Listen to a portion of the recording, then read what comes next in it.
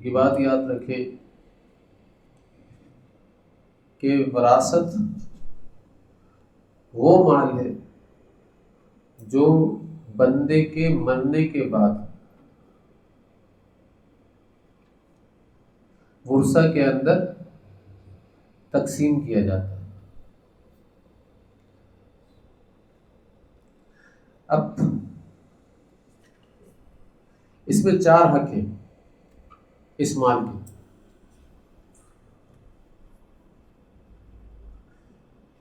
توجہ کے ساتھ سنیے گا، ٹھیک ہے نا؟ اس مال کے 4 حق ہیں جو میت نے چھوڑا ہے۔ ہم ایک ہی حق سمجھتے ہیں وراثت تقسیم کرنے کی، اور وہ بھی صحیح طریقے سے ادا نہیں کرتے۔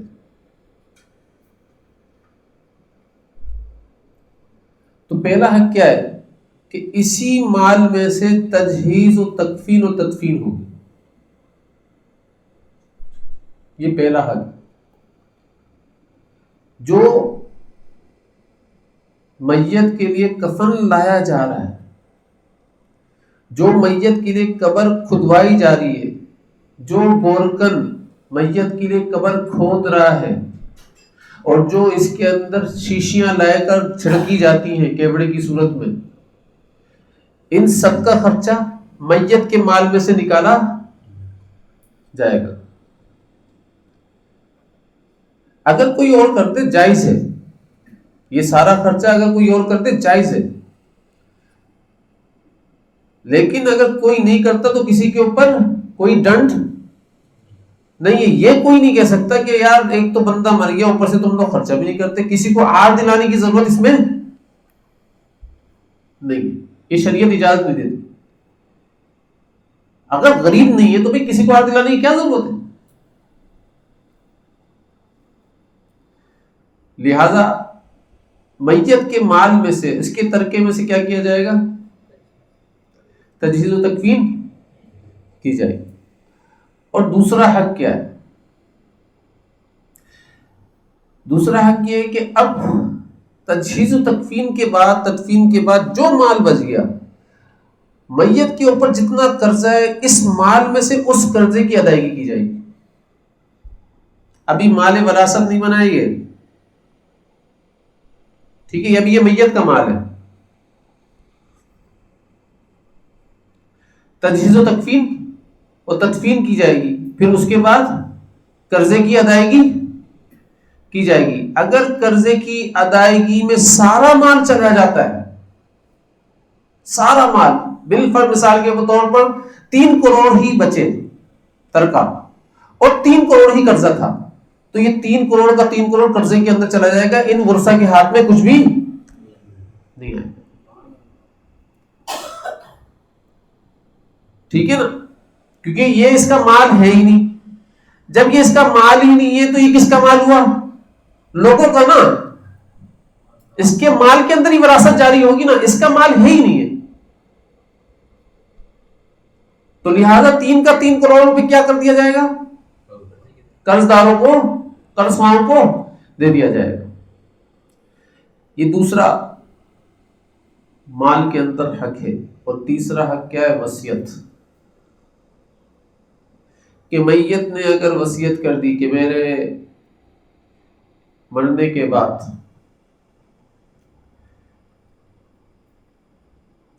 فلاں کام کر دینا، فلاں کام کر دینا، تو پھر وہ کام دیکھے جائیں۔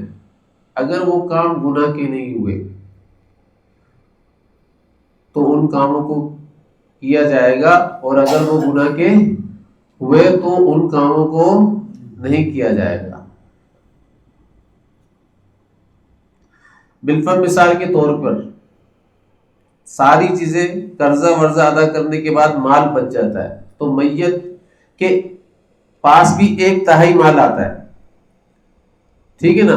اور وہ جو وصیت نافذ ہوتی ہے وہ 1/3 مال کے اندر ہی نافذ ہوتی ہے، ٹھیک ہے؟ تو لہذا اگر کوئی شخص وصیت کرتا ہے کہ بھائی میرے مرنے کے بعد میرا 40واں کر لینا،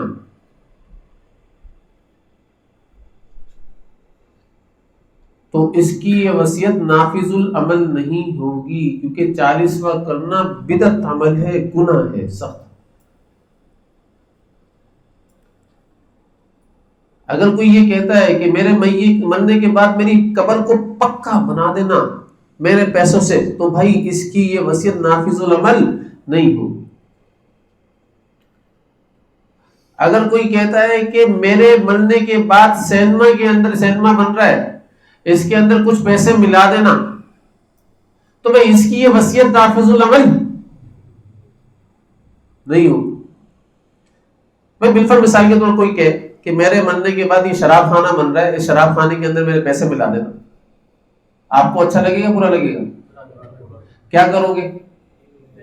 نہیں ملائیں گے۔ بدعت عمل اس شراب خانے سے بدتر عمل ہے، سنگین گناہ ہے اس شراب خانے سے۔ تو اگر کوئی بدعت عمل کرنے کو کہہ رہا ہے تو یار پھر ہم کیا کریں گے؟ یار وہ کہہ کر چلا گیا لیکن ہم نے عمل نہیں کرنا۔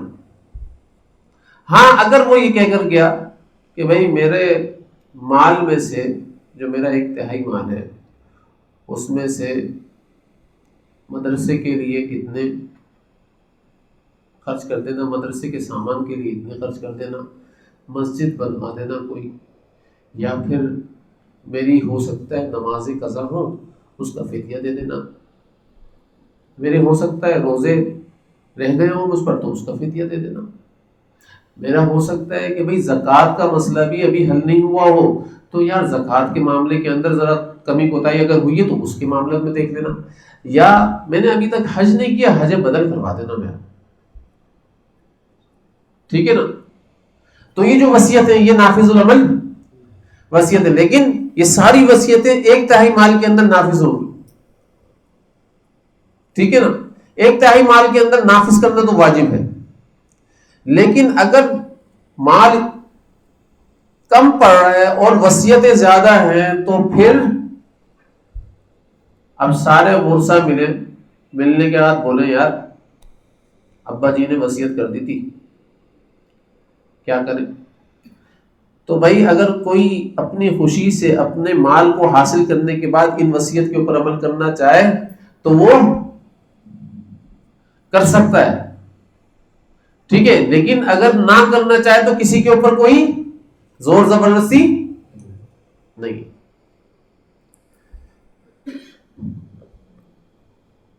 پھر چوتھا حق کیا ہے؟ چوتھا حق وراثت تقسیم کرنا۔ یہ جو چوتھا حق ہے نا اس میں بہت کمی کوتاہی ہے۔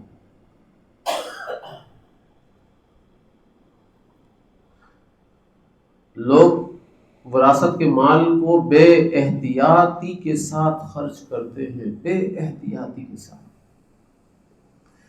حالانکہ امام ابو حنیفہ رحمۃ اللہ علیہ ایک جگہ گئے، چراغ جل رہا تھا، وہ شخص مرنے والا تھا، اندھیرا ہو گیا تھا، رات کا ٹائم تھا۔ جیسے ہی اس کا انتقال ہوا امام ابو حنیفہ رحمۃ اللہ علیہ نے چراغ کو بجھا دیا۔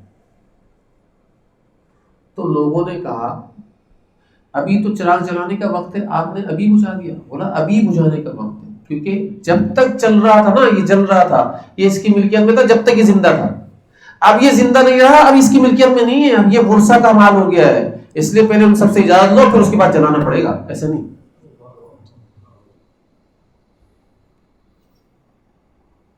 ہمارے یہاں تو یہ ہوتا نا کہ فیکٹری چل رہی ہے تو فیکٹری کے اوپر بیٹوں نے قبضہ کر لیا، گھر کے اوپر شوہر کی بیوی نے قبضہ کر لیا، گھر کا سامان سارا شوہر کی بیوی کا، اور فیکٹری کے اوپر بڑے بیٹوں کا قبضہ، اور چھوٹا بیٹا جو ابھی بیچارہ اسکول کے اندر پڑھ رہا ہے اس کے معاملات ہے ہی نہیں، اس کے اندر اس کے پاس وراثت جاتے جاتے ٹائم لگ جاتا ہے لیکن جاتی ہی نہیں ہے وراثت۔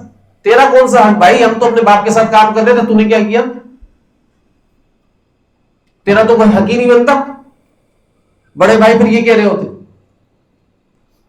اور اس کو وراثت کے مال سے محروم کر دیتے ہیں۔ میں آپ کو ایک بات بتا دوں کہ وراثت کی ایک سوئی بھی، ایک سوئی، صرف ایک سوئی کی بات کر رہا ہوں، یہ ایک سوئی بھی تقسیم نہیں ہوئی وراثت کے مال کی، ایک سوئی بھی، یا کوئی بھی مال ہو، ایک سوئی بھی کسی کے پاس رہ گئی تو وہ کسی کا تو وراثت کا حصہ ہوگا نا، اس کو سمجھ لینا میری بات۔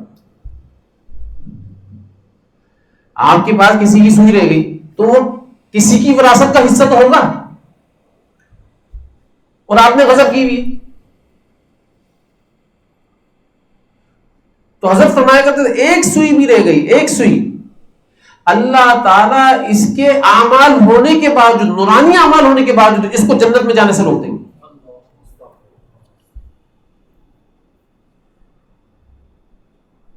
یہ جنت میں نہیں جا سکتا،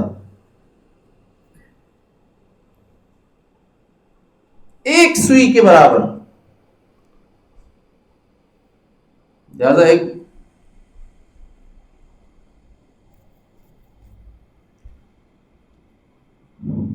بزرگ کا واقعہ آتا ہے کہ ایک بہت بڑے شیخ المشائخ تھے، شیخ الحدیث تھے، مدرسے میں پڑھاتے تھے، اللہ والے تھے۔ تو ان کا انتقال ہوا، انتقال ہونے کے بعد شاگرد نے ان کو خواب میں دیکھا، اور خواب میں دیکھنے کے بعد پوچھا اللہ کے سامنے آپ کی حاضری کیسی ہوئی، کیا معاملہ ہوا؟ فرمایا بھائی بڑی مشکل میں ہوں اور بڑی مشکل سے تجھ سے بات کرنے کی اجازت مل رہی ہے۔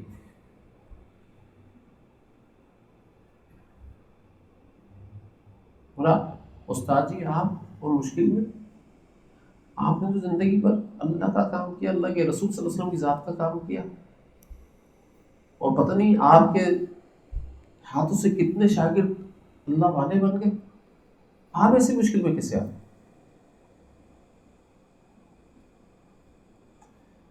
فرمانے لگے کہ انتقال سے چند روز پہلے میرا قمیض پھٹا ہوا تھا، اس کو سینے کے لیے نا پڑوسی سے سوئی لے کر آیا تھا، اور وہ واپس کرنا بھول گیا، اس کی وجہ سے اللہ تعالیٰ کے سامنے عذاب میں پکڑا، اور باقی سارے عمل مقبول کر دیے اللہ تعالیٰ کے سامنے، اس کی وجہ سے عذاب میں مبتلا کیا ہوا ہے، اور بڑی مشکل سے تجھ سے بات کرنا اجازت ملی ہے، لہٰذا میرے اوپر ایک احسان کر، میرے گھر جا اور فلاں جگہ پر وہ سوئی رکھی ہوئی ہے، اس جگہ پر جا کر گھر والوں کو بولنا سوئی نکال کر دیں اور میرے پڑوسی کو واپس کر آ جا، اور اس سے معذرت بھی کر، معافی بھی مانگ۔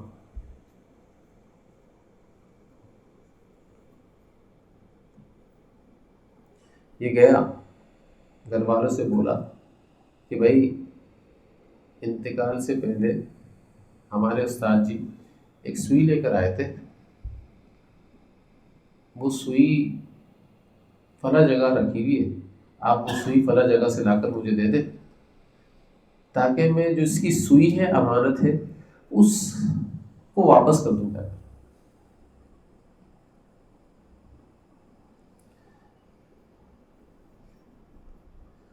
گھر والے گئے، سوئی اٹھائی اور لے کر آئے، پوچھا تجھے کیسے معلوم چلا کہ یہ سوئی یہاں پر رکھی ہوئی؟ بولا استاد جی خواب میں آئے اور اس سوئی کی وجہ سے پریشان ہے، بہت زیادہ پریشانی میں مبتلا ہے۔ اللہ تعالیٰ کی ذات نے باوجود سارے اللہ والے اعمال ہونے کے اللہ نے ان کو جنت میں جانے سے روک دیا ہے، اور بلکہ عذاب میں مبتلا کیا۔ ارے یہ تو میں اللہ والوں کی باتیں بتا رہا ہوں، اللہ والوں کی باتیں بتا رہا ہوں،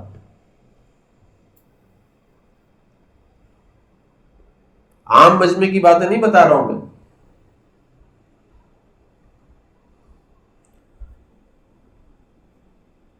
تو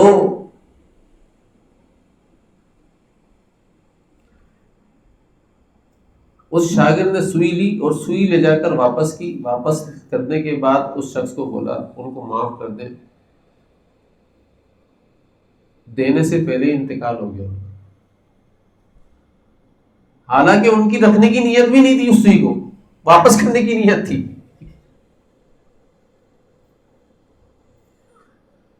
دینے سے پہلے انتقال ہو گیا۔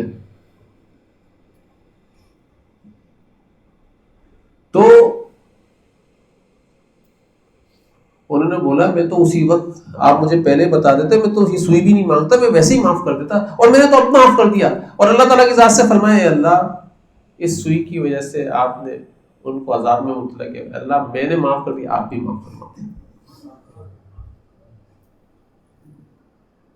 میں نے معاف کر دیا، آپ بھی معاف فرما دیں. پھر اس کو شاگرد کو خواب آیا اور پھر اپنے استاد جی کو دیکھا تو وہ منظر ہی چینج، زبردست عمدہ قسم کی مسیری پر بیٹھے ہوئے، ٹیک لگائے ہوئے گاؤں تکیوں کے اوپر، اور زبردست خدام چل رہے ہیں، یہاں پر خدام وہاں پر خدام، اور ایک زبردست منظر ہے.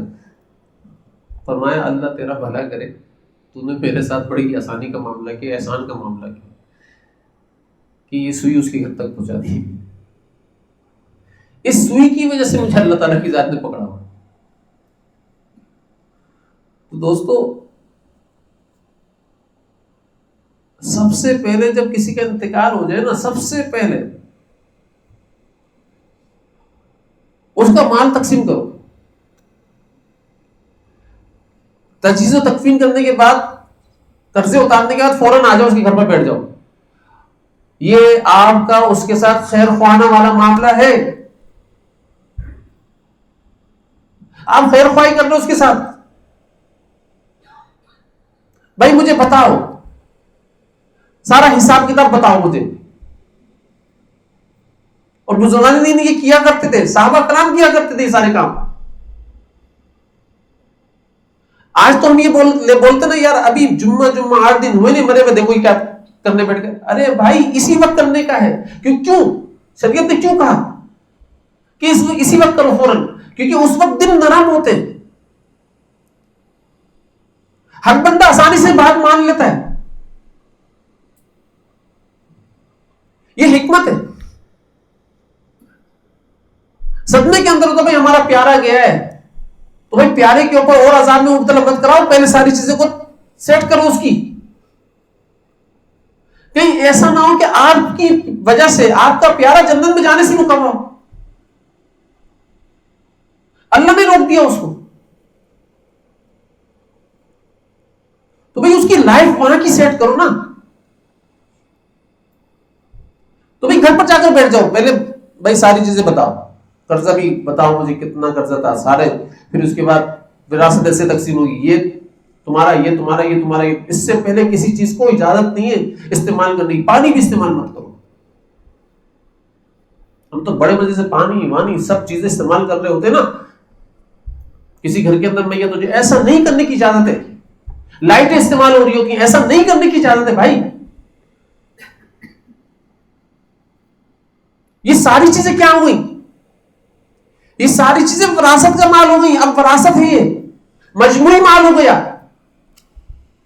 اور اگر اللہ نہ کرے اس کے اندر کوئی نابالغ بچہ ہے تو نابالغ بچے کا مال کو بغیر اجازت کے استعمال کرنا حرام ہے، سخت عذاب ہے.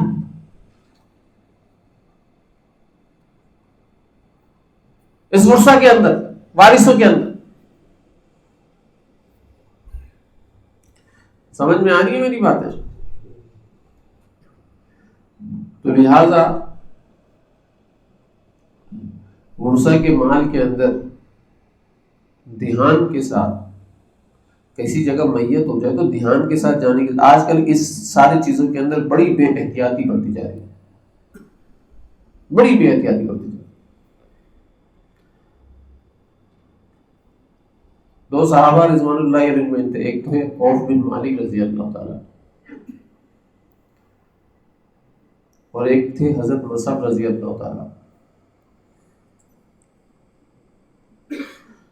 حضرت مصعب رضی اللہ تعالیٰ نے فرمایا حضرت عوف بن مالک رضی اللہ تعالیٰ عنہ سے کہ ہم دونوں ایک معاہدہ کر لیتے ہیں. فرمایا کیا معاہدہ؟ بولا جو بھی ہم میں سے پہلے جس کا بھی انتقال ہوگا وہ اس شخص سے خواب میں ملاقات کرے گا. تو حضرت عوف بن مالک رضی اللہ عنہ نے فرمایا ایسا ہو سکتا ہے؟ بولا ہاں ہاں بالکل ہو سکتا ہے ایسا. کیوں نہیں ہو سکتا؟ بالکل ہو سکتا ہے. ابھی معاہدہ کرنے والے کون تھے؟ حضرت مصعب رضی اللہ تعالیٰ. انہی کا سب سے پہلے انتقال ہو گیا. حضرت عوف بن مالک رضی اللہ تعالیٰ سے پہلے ان کا انتقال ہو گیا.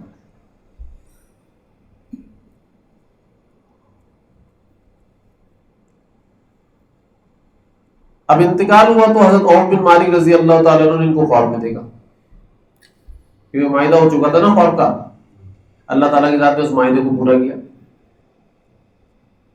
اب خواب میں دیکھا تو خواب میں دیکھا کہ گردن کے اوپر داغنے کے نشان. یہ کیا ہوا؟ بولا ایک یہودی تھا، اس سے 10 دینار قرضہ لیا تھا، وہ واپس نہیں کر سکا، استعمال ہی نہیں کر سکا، اس سے پہلے انتقال ہو گیا اور وہ قرضہ میرے گھر کے اندر ہی رکھا ہوا ہے فلاں جگہ پر.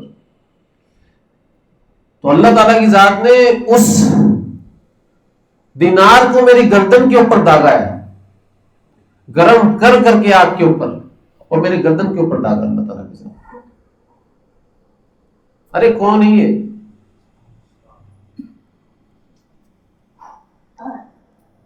اللہ کے نبی صلی اللہ علیہ وسلم کی کون ہے یہ؟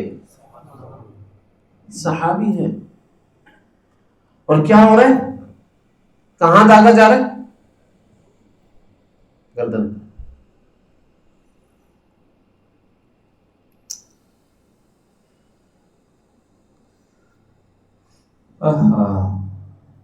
پھر گردن پر جب داغنے کے نشان دیکھے تو انہوں نے پوچھا کہ بھائی یہ کس وجہ سے ہے؟ فرمایا بھائی 10 دینار لیے تھے یہودی سے، ادھار لیے تھے، قرضہ لیا تھا، واپس نہیں کر سکا، فلاں جگہ پر ابھی تک رکھا ہوا ہے، تم واپس کر دو جا کر. پھر جب یہ ساری بات ہو گئی تو دیکھا کہ ان کے ہاتھ کے اوپر کپڑا ڈلا ہوا ہے. فرمایا یہ کیا کپڑا ڈلا ہوا ہے؟ اور انگلیاں غائب ہیں اور اس میں سے خون رس رہا ہے، یہ کیا ہے؟ اتنے زخمی حالت میں. فرمایا جب انتقال ہو رہا تھا میں نے اپنی انگلیاں چبا لی. اس پر اللہ تعالیٰ کی ذات نے بولا کہ تو نے انگلیاں کیوں چبائی؟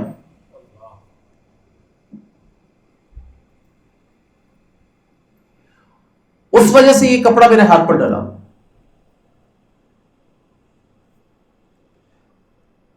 تو ان کو بڑی فکر ہوئی. یہ فوراً 10 دینار گھر پر لے گئے اور بولا کہ فلاں جگہ پر 10 دینار رکھے ہوئے، وہ لا کر مجھے دے دو تاکہ میں جس کا قرض ہے اس کو واپس کر دوں. اب یہ 10 دینار واپس کیے گئے اور یہ حضور صلی اللہ علیہ وسلم کے پاس گئے. فرمایا یا رسول اللہ میں نے اس طریقے سے خواب دیکھا ہے اور ہمارا معاہدہ ہو گیا تھا اس طریقے سے، اور اللہ تعالیٰ کی ذات نے اس طریقے سے دکھایا. چلے 10 دینار تو میں نے واپس کر دیے، لیکن یہ جو انگلی کے اندر کے معاملات ہیں یہ کیسے صحیح ہوں گے یا رسول اللہ؟ اب اس کے لیے تو آپ کو ہی دعا کرنا پڑے گی.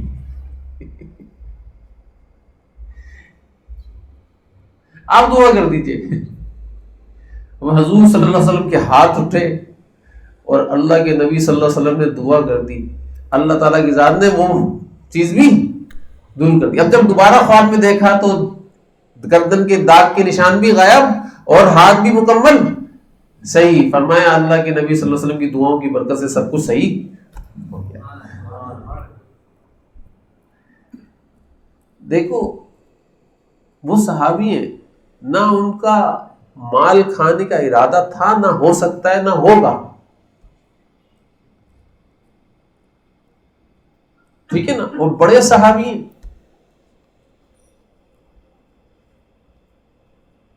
پھر بھی دیکھو کیا معاملہ کر رہے ہیں اللہ تعالیٰ ان کے ساتھ. تو میں اور آپ کس طریقے سے ایک دوسرے کے مالوں کو کھا جاتے ہیں اور ذرہ برابر پرواہ نہیں ہوتی، ذرہ برابر فکر نہیں ہوتی. ایک ایک پائی کھاتے ہیں، ایک ایک پائی کا حساب ہوگا، ایک ایک پائی کا حساب ہوگا.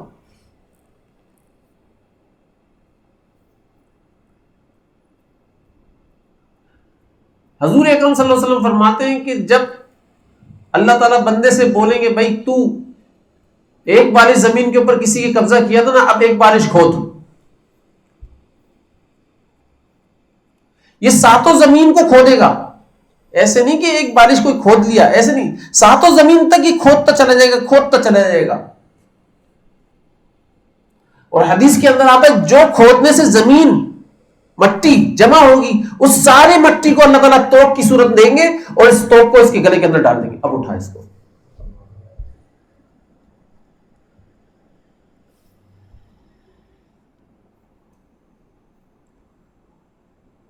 اٹھا نہیں سکے گا، ایسا بھاری.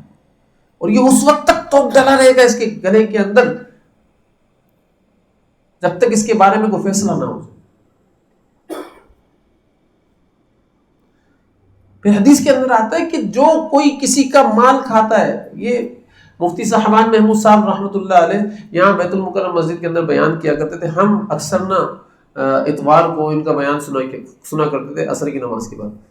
تو ایک دفعہ ان کی زبان سے میں نے سنا، کہنے لگے کہ جو شخص کسی کی چونی کھاتا ہے نا، چونی ایسے کا کسی کی چونی کھاتا ہے تو 700 مقبول نمازیں اس کو وہاں پر دینا پڑیں گی. چونی کے اوپر 700 مقبول نمازیں کہاں سے لائے گا؟ 700 مقبول نمازیں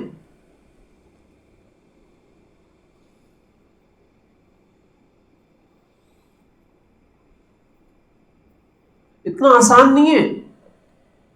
ارے اگر کوئی ایسا کوئی معاملہ ہے نا تو پہلے یہیں پر ہی حل کروا لو، اللہ کی قسم یہیں حل کروا لو. یہ فانی دنیا ہے، فانی. حضرت ابراہیم علیہ السلام نے ایک نعرہ لگایا، قال لا احب الآفلین. کیا کہا تھا؟ میں فنا ہونے والوں سے محبت نہیں کرتا، نہ میں کرتا ہوں نہ کروں گا. یہ حضرت ابراہیم علیہ السلام کا نعرہ تھا. ارے یہی نعرہ میرے اور آپ کے اندر آ جائے، لا احب الآفلین. اے اللہ ہم تو آپ سے محبت کریں گے، آپ فنا ہونے والے نہیں، آپ باقی رہنے والے، آپ ہی سے محبت کرنی ہے. تو فانی چیزوں سے محبت کر کے کیا کرنا؟ جو چیز باقی نہیں رہنے والی اس سے محبت کر کے اپنے آخرت تباہ کیوں کر رہے ہو یار؟ آسانی سے یہیں پر ہی دے دو، یہیں پر ہی دے دو.